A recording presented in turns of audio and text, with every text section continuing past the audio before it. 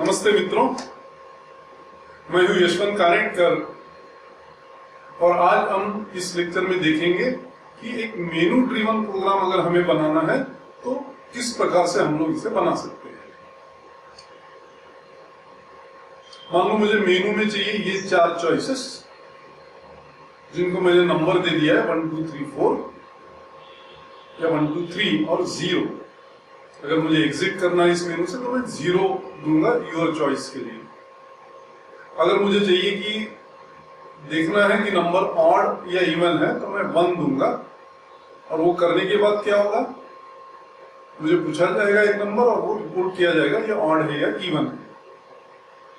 अगर मुझे इस प्रकार का मेनू डिस्प्ले करना है तो मुझे ये डिसाइड करना होगा कि मैं कहां करूं।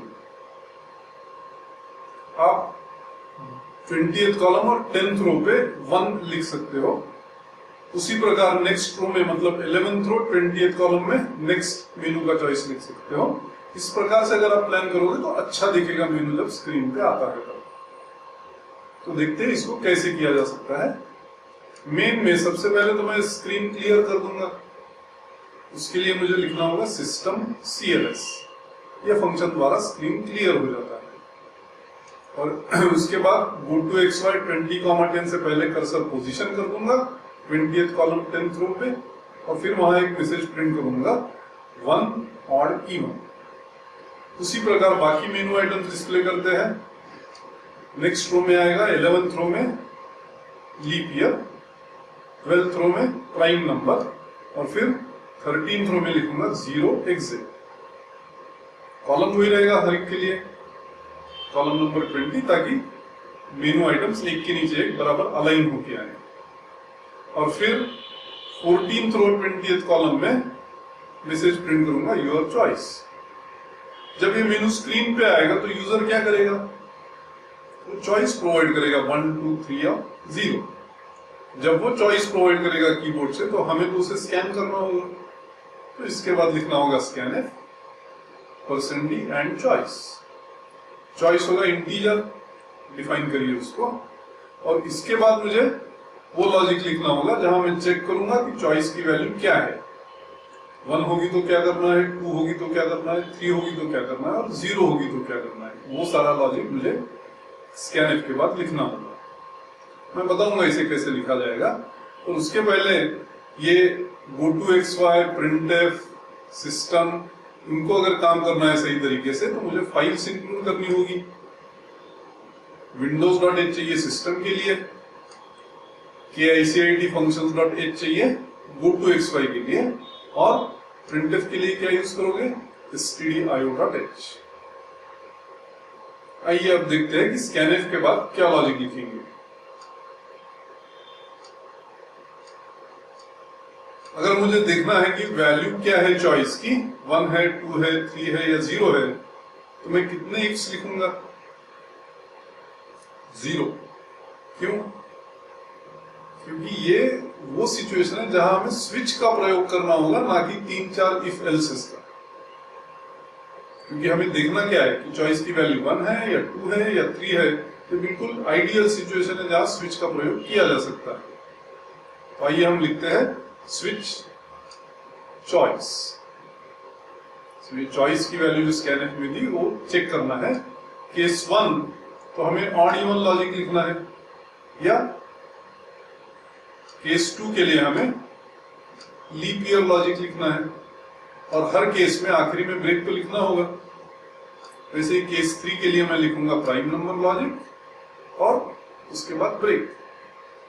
उसी प्रकार केस 0 के लिए मैं लिखूंगा ब्रेक, ताकि स्विच टर्मिनेट हो जाए। और फिर डिफॉल्ट केस भी लिखते हैं जहां प्रिंटफ रॉन्ग चॉइस के बदले अब की बार मैं लिखूंगा printf \a। ये \a जो है यह है एक एस्केप सीक्वेंस। जैसे कि हम लोगों ने \n और \t का भी प्रयोग किया है। ये तीनों एस्केप सीक्वेंसेस है। n था न्यू लाइन के लिए, T था टैब के लिए। उसी प्रकार A का मतलब है अलर्ट। जब भी हम printf \a करेंगे तो यूजर को अलर्ट किया जाएगा। कैसे अलर्ट करेंगे, वो स्पीकर जो होता है ना पीसी के अंदर, वो बीप कर जाएगा जैसे ही आप printf \a करोगे। अब मैं मान लो ऐसा printf लिखता हूं जहां मैं 3 \a का प्रयोग करता हूं, तो उम्मीद ये मत करिए कि 3 बीप्स आप सुनेंगे। उसके बदले आपको एक लॉन्ग बीप सुनाई आएगा, क्योंकि पहला बीप खत्म होते होते ही दूसरा चालू होता है, और जैसे ही दूसरा खत्म होने पे है वैसा तीसरा चालू हो जाता है। तो आप 3 बीप्स नहीं सुन पाते हो, आप एक लॉन्ग बीप सुनेंगे अगर मैं printf \a करता हूं। अब ध्यान रखिए कि ये यहाँ सिर्फ कमेंट लिखने से तो नहीं हो जाएगा ना हर केस में। ये ऑडियो लॉजिक जो है ये हम लोग पहले टाइप कर चुके हैं। मान लो कोई प्रोग्राम है जिसका नाम है ch2pr3.c, वहां जाइए, उस प्रोग्राम को खोलिए, कॉपी करिए और फिर उसको पेस्ट कर दिए इस जगह पे। उसी प्रकार लीप ईयर लॉजिक भी लाइए दूसरे प्रोग्राम से, प्राइम नंबर लॉजिक भी लाइए दूसरे प्रोग्राम से। एक ध्यान में रखिए, जो एक बार टाइप हो चुका वो फिर कभी भी टाइप मत करिए, इसके बदले कॉपी पेस्ट कर सकते हो। और ध्यान रहे कि जब भी आप कॉपी पेस्ट करेंगे और लॉजिक कहीं और से लेके आएंगे तो वो लॉजिक इस प्रोग्राम के लॉजिक के हिसाब से आपको एडजस्ट करना होगा। वहां से मेन मत लेके आइए, मेन यही यहाँ है, इसके अंदर वो लॉजिक लाइए और यहाँ पेस्ट करिए। और जब वो पेस्ट करेंगे, मान लो आप लीप ईयर लॉजिक लाते हो तो int y रहेगा उसमें। int y तो आपको इस प्रोग्राम की दृष्टि के हिसाब से ऊपर ले जाना होगा मेन में। मतलब वो जो लॉजिक लाओगे वो आपने सिर्फ टाइपिंग अवॉइड करने के लिए लाया है, वो लॉजिक को इस प्रोग्राम के रूल्स के हिसाब से तो ढालना होगा, वो आप ध्यान रखिए। अब मैंने जो स्विच लिखा है वो इस प्रकार लिखा है। इससे क्या हो जाएगा कि मान लो मैं पहला चॉइस करता हूं तो ऑडियो लॉजिक एग्जीक्यूट होगा, ब्रेक ले जाएगा मुझे सीधा स्विच के बाहर, उसके बाद प्रोग्राम खत्म ही हो जाएगा। वो मुझे नहीं चाहिए, मुझे ये चाहिए कि वापस मेनू आए ताकि मैं वापस कुछ चॉइस कर पाऊं। अगर मुझे ऐसा करना है तो ये सारा लॉजिक मुझे एक लूप के अंदर लिखना होगा, एक इनफाइनाइट लूप, क्योंकि मुझे मालूम नहीं कि कितने बार मेनू आपको चाहिए स्क्रीन पे।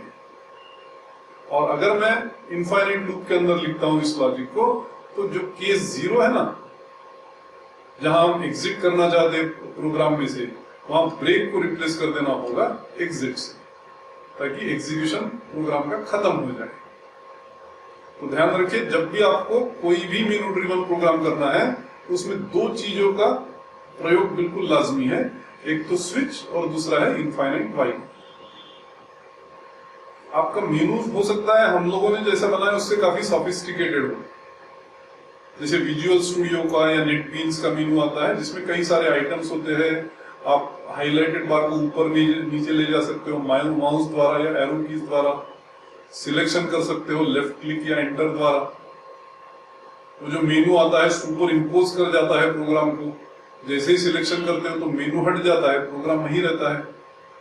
वो सोफिस्टिकेटेड मेनू सिस्टम हो गया। उस सोफिस्टिकेटेड मेनू सिस्टम में भी चॉइस करने के बाद तो ये देखना है कि पहला आइटम चूज हुआ कि दूसरा हुआ कि तीसरा हुआ कि 10वां हुआ। मतलब उन्होंने भी अंदर स्विच का ही प्रयोग करना है। इसलिए मैंने कहा कि मेनू ड्रिवन प्रोग्राम में स्विच लाजमी है। दूसरा, एक इनफाइनाइट लूप भी जरूरी है, क्योंकि जब तक यूजर एग्जिट नहीं करता है तब तक तो प्रोग्राम चलना चाहिए ना। इसलिए एक इनफाइनाइट वाइल लूप भी एक मेनू ड्रिवन प्रोग्राम के लिए बिल्कुल जरूरी है। तो ये दोनों चीजों का प्रयोग करते रहिए जब आप मेनू ड्रिवन प्रोग्राम बनाने की कोशिश करेंगे। एक इनफाइनाइट वाइल और दूसरा है स्विच। धन्यवाद।